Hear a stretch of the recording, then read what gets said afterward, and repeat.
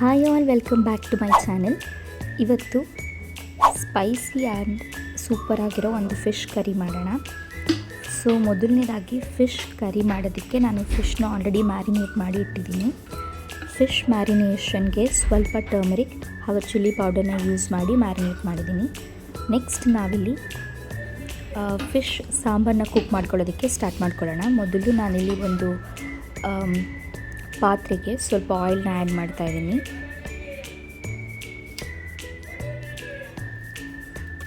So oil add ಮಾಡಿ ಬಿಸಿ ಆದ ನಂತರ ನೆಕ್ಸ್ಟ್ ನಾನು ಈ ಗ್ರೀನ್ ಚಿಲ್ಲೀಸ್ನ ಆ್ಯಡ್ ಮಾಡ್ತಾಯಿದ್ದೀನಿ. 3 ಗ್ರೀನ್ ಚಿಲ್ಲೀಸ್ನ ನಾನು ಉದ್ದುದ್ದಕ್ಕೆ ಕಟ್ ಮಾಡಿಕೊಂಡು ಆ್ಯಡ್ ಮಾಡ್ತಾಯಿದ್ದೀನಿ.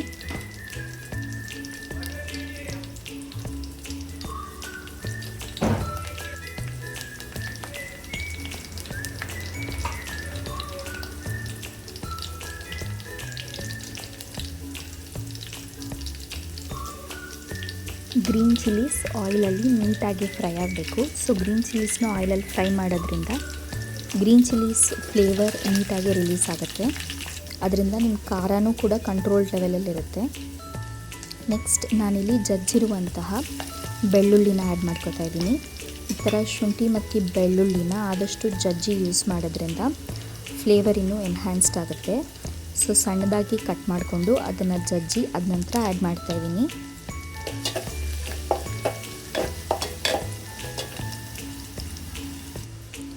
ಇದೆಲ್ಲ ಫ್ರೈ ಆದ ನಂತರ ನೆಕ್ಸ್ಟ್ ನಾವಿಲ್ಲಿ ಆನಿಯನ್ನ ಆ್ಯಡ್ ಮಾಡ್ಕೊಳ್ಳೋಣ. ಆನಿಯನ್ನ ನೀವು ಈ ಥರ ಉದ್ದುದಾಗಿ ಸ್ಲೈಸ್ಡ್ ಕೂಡ ಹಾಕೋಬೋದು, ಇಲ್ಲಾಂದರೆ ನಿಮಗೆ ಸಣ್ಣದಾಗಿ ಬೇಕಂದರೆ ಆ ರೀತಿ ಕೂಡ ಕಟ್ ಮಾಡಿ ಯೂಸ್ ಮಾಡಿ. ಎರಡೂ ಕೂಡ ತುಂಬಾ ಚೆನ್ನಾಗಿರುತ್ತೆ. ನಾನಿಲ್ಲಿ 1 ಆನಿಯನ್ನ ಯೂಸ್ ಮಾಡಿದ್ದೀನಿ. ಆನಿಯನ್ ಕೂಡ ನೀಟಾಗಿ ಆಯಿಲಲ್ಲಿ ಫ್ರೈ ಮಾಡ್ಕೊಳ್ಳಿ.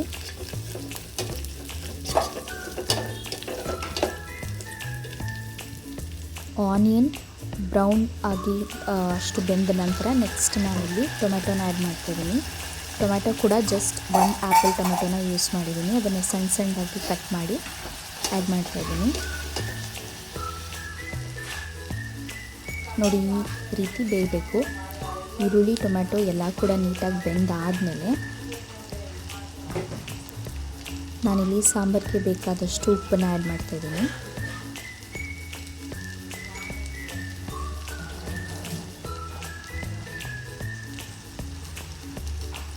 ಉಪ್ಪು ಹಾಕಿದ ನಂತರ ಕೂಡ ನೀಟಾಗಿ ಫ್ರೈ ಮಾಡಿ ನೆಕ್ಸ್ಟ್ ಮಸಾಲ ಆ್ಯಡ್ ಮಾಡೋಣ. ನಾನಿಲ್ಲಿ ಫಿಶ್ ಕರಿ ಮಸಾಲಾನ 2 ಸ್ಪೂನ್ಸ್ ಯೂಸ್ ಮಾಡ್ತಾಯಿದ್ದೀನಿ. ಇದು ಒಂದು ಹಾಕಿದ್ರೆ ಸಾಕು, ನೀವು ಎಕ್ಸ್ಟ್ರಾ ಚಿಲ್ಲಿ ಪೌಡರ್ ಅಥವಾ ಬೇರೆ ಯಾವುದೇ ಮಸಾಲ ಹಾಕೋ ಅವಶ್ಯಕತೆ ಇರಲ್ಲ. ಸೊ ಈ ಮಸಾಲ ಕೂಡ ನೀಟಾಗಿ ಮಿಕ್ಸ್ ಆಗಬೇಕು.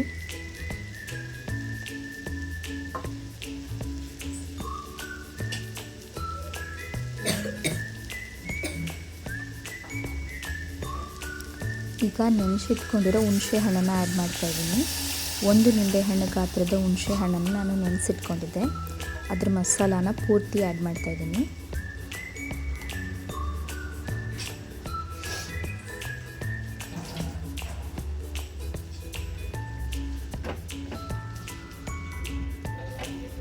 ಇದನ್ನು ಕೂಡ ನೀಟಾಗಿ ನಾವಿಲ್ಲಿ ಮಿಕ್ಸ್ ಮಾಡ್ಕೊಳ್ಳೋಣ. ಸೊ ಈ ಕನ್ಸಿಸ್ಟೆನ್ಸಿಗೆ ಅದು ಈರುಳ್ಳಿ ಮತ್ತು ಟೊಮ್ಯಾಟೊ ಮಸಾಲ ಜೊತೆ ಮಿಕ್ಸ್ ಆಗಿ ನೀಟಾಗಿ ಬೆಂದಿರಬೇಕು.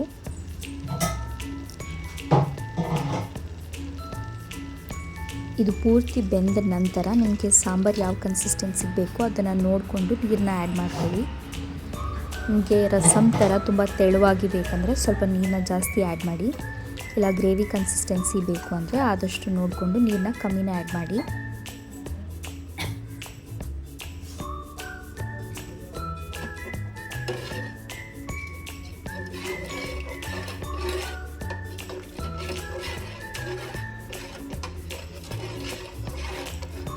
ನೀರು ಆ್ಯಡ್ ಮಾಡಿದ ನಂತರ ಈ ರೀತಿ ನೀಟಾಗಿ ಒಂದು ಸತಿ ಕಲಿಸ್ಕೋಬೇಕಾಗುತ್ತೆ, ಯಾಕಂದರೆ ಮಸಾಲ ಎಲ್ಲ ನೀಟಾಗಿ ಮಿಕ್ಸ್ ಆಗಬೇಕು. ಸೊ ಇವಾಗ ಒಂದು ಕುದಿ ಬಂದಿದೆ ಮಸಾಲ. ನಾನು ಅದಕ್ಕೆ ಲಾಸ್ಟಲ್ಲಿ ಕೊರಿಯಾಂಡರ್ನ ಆ್ಯಡ್ ಮಾಡ್ತಾಯಿದ್ದೀನಿ.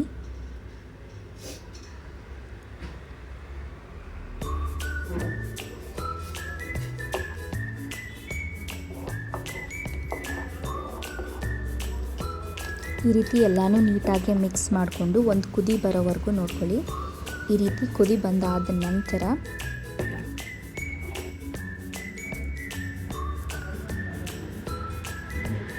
ನಾವು ಸಾಂಬಾರಿಗೆ ಫಿಶ್ನ ಆ್ಯಡ್ ಮಾಡ್ಕೋಬೋದು. ಫಿಶ್ ಆ್ಯಡ್ ಮಾಡಿ ಒಂದು ಜಸ್ಟ್ 5 ಮಿನಿಟ್ಸ್ ಬಾಯ್ಲ್ ಮಾಡಿದ್ರೆ ಸಾಕು, ಬೇಗ ಕುಕ್ ಆಗಿಬಿಡುತ್ತೆ. ಸೊ ಆದಷ್ಟು ಫಿಶ್ನ ಲಾಸ್ಟಲ್ಲಿ ಆ್ಯಡ್ ಮಾಡಿ.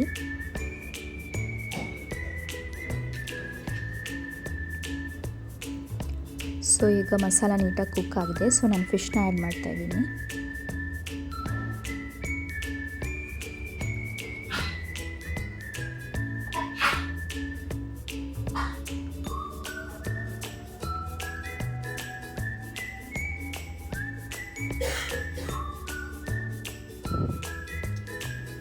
ಫಿಶ್ ಆ್ಯಡ್ ಮಾಡಾದಮೇಲೆ ಜಾಸ್ತಿ ಕಲ್ಸಕ್ಕೆ ಹೋಗಬೇಡಿ. ಜಸ್ಟ್ 5 ಮಿನಿಟ್ಸ್ ಅದು ನೀಟಾಗಿ ಕುಕ್ ಆಗಲಿ. ಕುಕ್ ಆದ ನಂತರ ನೀವು ನೋಡ್ಬೋದು ಫಿಶಸ್ ಕೂಡ ನೀಟಾಗಿ ಬೆಂದಿದೆ.